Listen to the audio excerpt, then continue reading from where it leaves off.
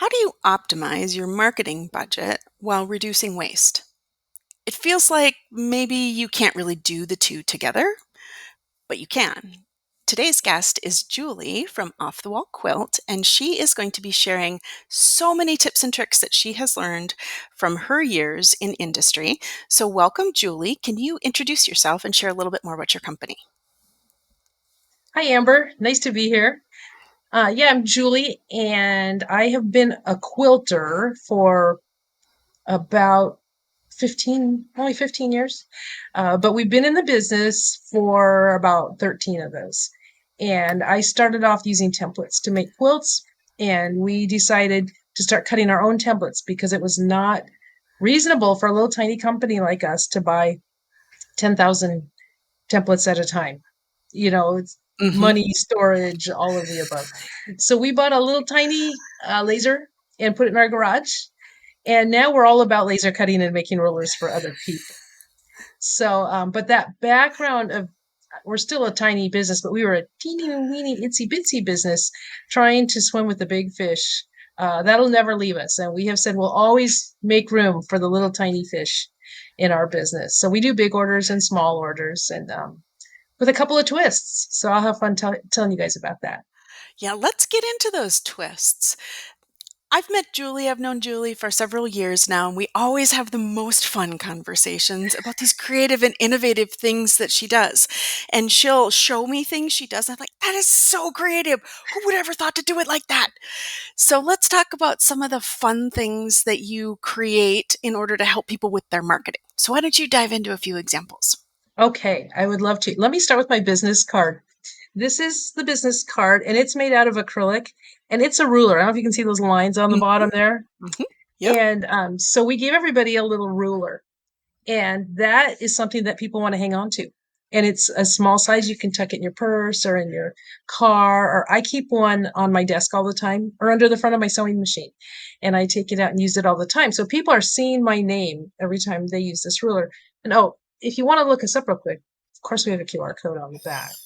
So for us, it's been fun introducing a lot of people in the sewing world to QR codes, and Yep. we laugh. We generate them free of charge because it takes us about 2 clicks, and you got one, and teach them how to use them.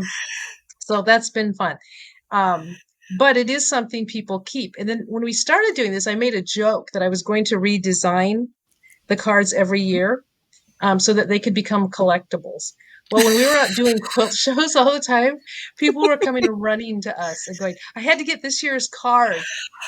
I mean, oh, we Uh-huh. generated excitement and repeat business by me putting a different background or quilt. So we actually do UV printing. So these are actually photographs. This one's a little hard to see on the camera, but that's a photo of some rulers that we make.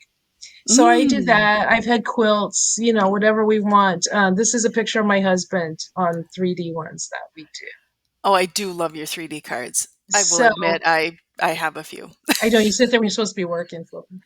But so helping people make things that are useful that people will keep. Because Mhm, business cards, when I go to an event, I get too many. And I can't mhm. always remember what they were for or who they were, or I'll find one 2 years later and go, oh yeah, I was gonna look that up.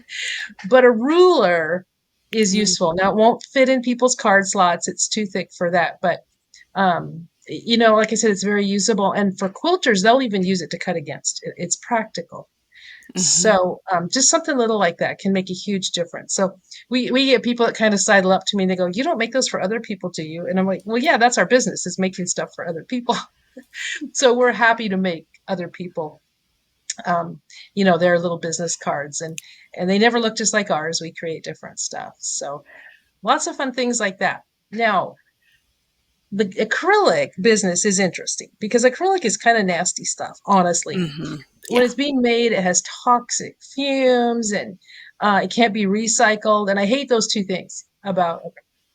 But we've tried our best to make sure that it's not being wasted because that's the worst is to throw it in a landfill and it's going to sit there for no, they don't even give you a quote. Who knows if it ever goes away?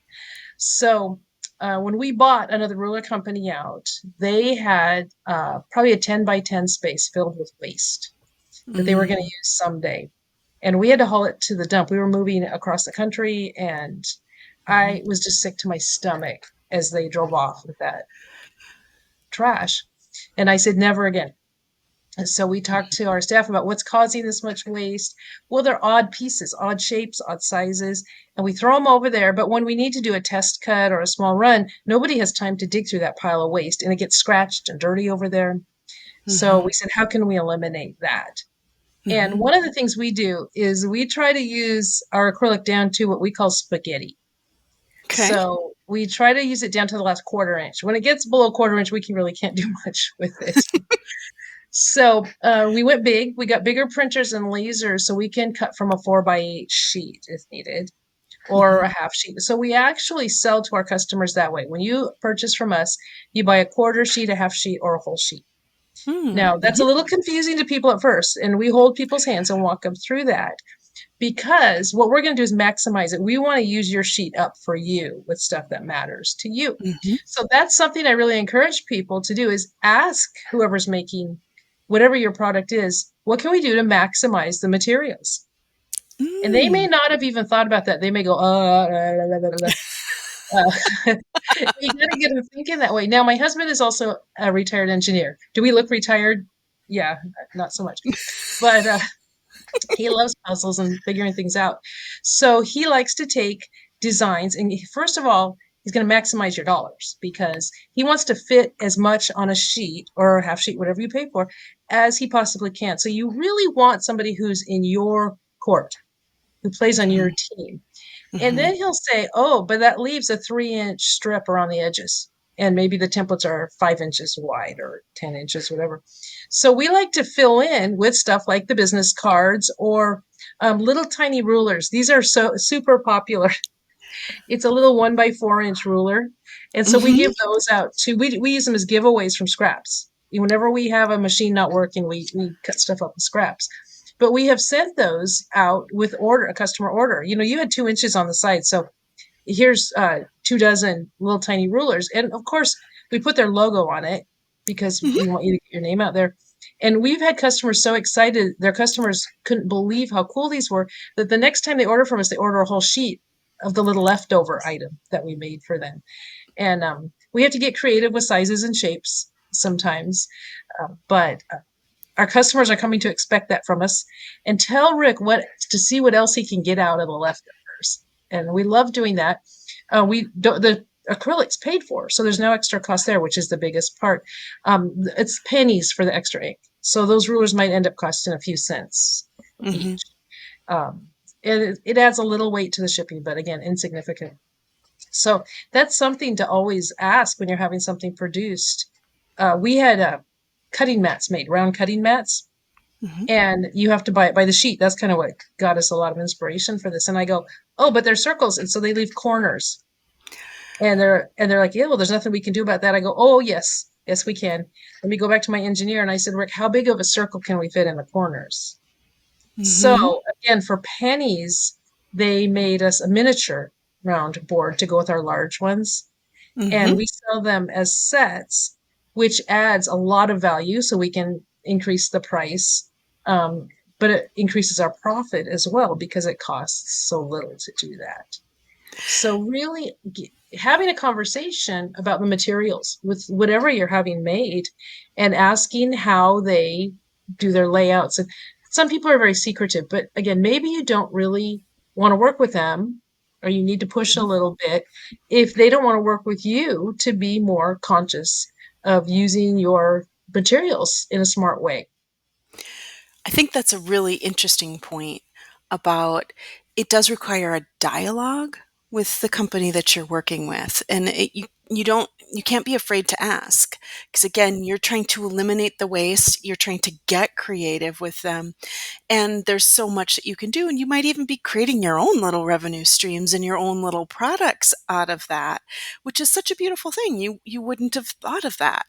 And this ruler example that you shared, I thought it was such a fun example because what a great way to delight your customers. You threw a bonus in, and they maybe hadn't even thought about ordering their own rulers before. And then they see this thing that you've sent and are like, oh, I want more of that. And so often I always say one of the biggest challenges for people is you don't even know to Google things, or you wouldn't even know anybody could do these things. And it shows up in front of you, and all of a sudden now you know you want it. And so now you didn't have to pay advertising, try to get a new customer, try to convince someone to sell. You had an existing customer. You put something in front of them that didn't really cost them anything, and then you built even more revenue on that, which is also deepening the relationship with that customer because they're like, I wonder what other cool stuff they're going to come up with for me. Exactly, Right? exactly. So you're kind of solving a problem for them too. On the other end of everybody doesn't have enough time and can always use a little more creativity. And so Exactly. you're just taking a few extra little things off their plate and delighting that customer. So I think it's such a fun exercise, and that idea of, well, what else could we do with it? With the circles, we can add a whole nother product to that. So it really gets you thinking, huh, creatively, wow, there's a lot of things I might be able to do with this that I had never really considered. We just So another example would be we made a whole bunch of black picture frames for a customer last year. Well, when you cut out the middle, you have a black rectangle. And so we had all these 4x6 black rectangles. And when we moved, I was really irritated moving that little stuff. We just moved warehouses. And I was boxing all this up. When you stand there and you go, will we, everything, for me, everything is, will we use this up in the next 2 years? Because we mhm, can't be storing stuff all the time. And so I said, okay, I'm going to move these, but I'm going to come up with a project in the next week.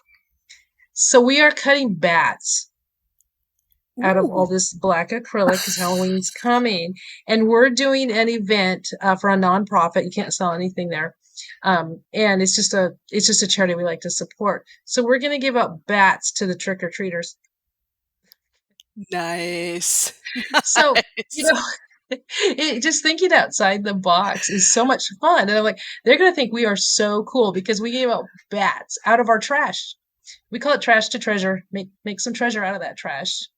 But the other thing I want to say is I was always embarrassed that when people would talk about, being more eco-conscious and using paper bags instead of plastic and doing this and that, and I was like, acrylic, I'm just going to be quiet here because there's nothing we can do. And so when we realized though that there were things we can do, just not in the way that other people do it, we can't come up with a biodegradable ruler that's going to last and can do all the things we need it to, but we can be smart with what we are using. And that's Mhm. what I encourage people is don't just be discouraged because what if whatever you're using doesn't have another purpose, think of one, make one up or Mhm. find a better way to produce it. I mean, the good thing about our acrylic rulers is they're going to last. They're going to last a really long time until you break them. And we even had a customer that said, I'm kind of embarrassed. Would you mind throwing one more ruler in with my large order? And I go, just one? She goes, yeah, it's my favorite ruler. She was a dress designer. She goes, it's my favorite ruler to work with. And I dropped it about 10 years ago. 10 years ago. She goes, yeah. And she goes and gets it and she holds it up. And it was a long ruler, and the end of it was like all jagged where it had broken off. So she kept using it for 10 years. But I mean, that's how durable the acrylic rulers are. They really do hold up. So in that way, it's a good thing. You're not replacing them all the time. It's not like a bag that you take home and you use once and throw away. And within that, we can be smarter about the way we produce our product and making sure we're maximizing the sheets and helping our customers, like you said, to be more creative. And boy, it's a lot of fun. And I do feel better now about using acrylic. Yeah, yeah, exactly. It is a lot of fun. It gives us all these new puzzles, and I like to emphasize that we're all working on progress over perfection, and that part of the whole reason in creating this week and doing this event for me was really saying there's a lot of ways to approach this, and to say that sometimes it's simply a matter of doing better with the materials we are using. And so that's why we're talking about that too, because it isn't everybody's at a different place in the journey, and everybody has a different business that they're working with. And so if we're all just more thoughtful about optimizing the things that we're using, that's a huge step in the right direction. If you think of all that waste that is not going out the door anymore for the Oh, acrylic, yeah. it just that one just feels good in the heart, right? You're like, okay, this is good. And at the end of the day, there's no reason to hang my head. I am making all this progress. I'm creating cool, new, innovative things for people. I'm giving them new revenue Yes. streams. That's about as good as it gets. Yeah, yes, it is. And we feel a lot better about it. Another thing to keep in mind is mistakes, Mm. because we make mistakes. We absolutely make a fair amount of mistakes. And we always like to tell the story because this is hilarious. We decided to make, well, we were making hexagons already for quilters, and we decided to make octagons. People kept asking us for octagons. So we produced octagons. We did the tests. My husband passed them around. Six of us looked at them. Everybody approved them. These are great. They look great. And then he printed an entire run of them. So it was 4 or 5 different sizes and I think 25 cents or something like that. So it's quite a Mhm. few. And then our poor little guy who was doing the packaging, he packages a couple and he comes over and he goes, Julie, I have to tell you something. And I said, what? Tell me, go ahead and tell me. He goes, oh, I'm probably wrong, but aren't these octagons? And I go, yeah. He goes, they say hexagon on them. Oops. We all approved it. We all stood there. We didn't know if we should laugh or cry. We're just piles of these. And I'm like, okay, we'll call this a class that we all need to be more careful. We always do that. When we make a mistake, we call it a class. And I guess we'll just throw them. And then my husband goes, you know what? Why don't we call them oopsagons? So you can imagine we could call everything oopsagons now. But so I broke them up and packaged them differently than the octagons were. And I put it out to my email list that what we had done, and that we didn't want to waste them. So we are going to call them oopsagons, and made a great deal. It was a really great deal for the customers. And rather than throwing it in the trash, it was a good deal for us. And we sold out of those in a matter of a few hours. Yeah, oopsagons. So now whenever we have a mistake, it looks like we produced oopsagons again. But we do. We've continued to sell misprints, and something that's 8 by 10, but we printed on it that it was 8.5 by 10.5. It's still a perfectly good template, but we have a way of marking out those, and we sell them as we go back to, remember the oopsagons? Well, here's another oopsagon. Do you go out and buy it? And people snap them up. So don't get discouraged if you make a mistake. If you make blue candles and label them red candles. Another term we use a lot is nearly perfect. So a nearly perfect candle, it's not quite blue, it's really red. It would be hilarious. People would think that was so funny and they would buy them.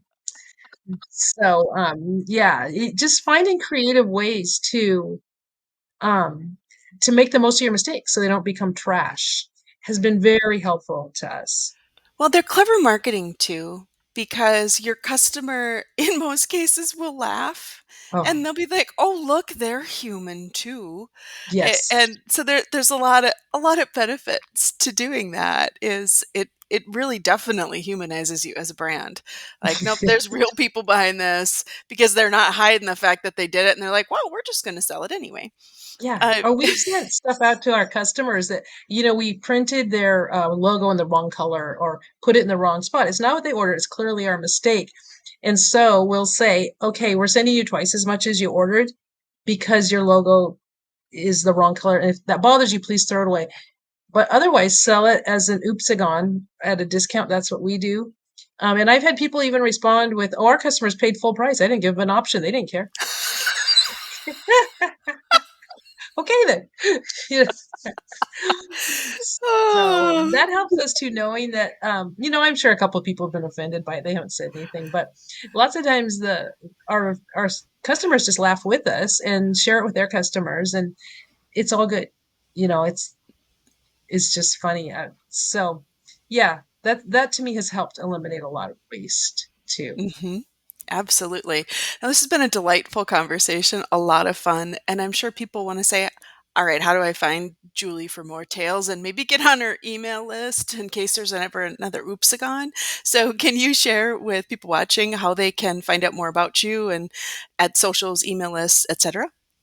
So we are mostly just doing wholesale orders now. We have a few things on our website, and that's offthewallquilt.com. There are no S's in there. Offthewallquilta.com is usually what I tell people. We also have a wholesale site, which is OTWQ, off the wall quilt wholesale.com. And if you can contact me through either one. But to get on our wholesale email list, you need to go to the wholesale site. It's a little bit secret on purpose because you Mhm. have, if you order there, you have to order more than one. So, yeah, those prices aren't for ordering one. But yeah, we're always happy to have a conversation. We give free quotes. We have a really good sample, so you can try us out that we do charge for, but you get a couple samples out of it and you can decide then and see the pricing if you want to work with us. And people like that a lot too. And some people come and order the samples and we never hear from them again. And sometimes they come back after 5 years. Please, whatever. We're flexible. We're a very small company. It's my husband and I, and we're in Sanford, Oregon. Oregon. Where did that come from? We're in Sanford, Florida. Can you edit that out, Amber? Oh my goodness. Yes, I do make mistakes. Okay, let's make that Florida. It's a little warmer. Yep. Anyways, it has been a blast speaking with you, and we'd love to have ongoing conversations with anybody who's interested.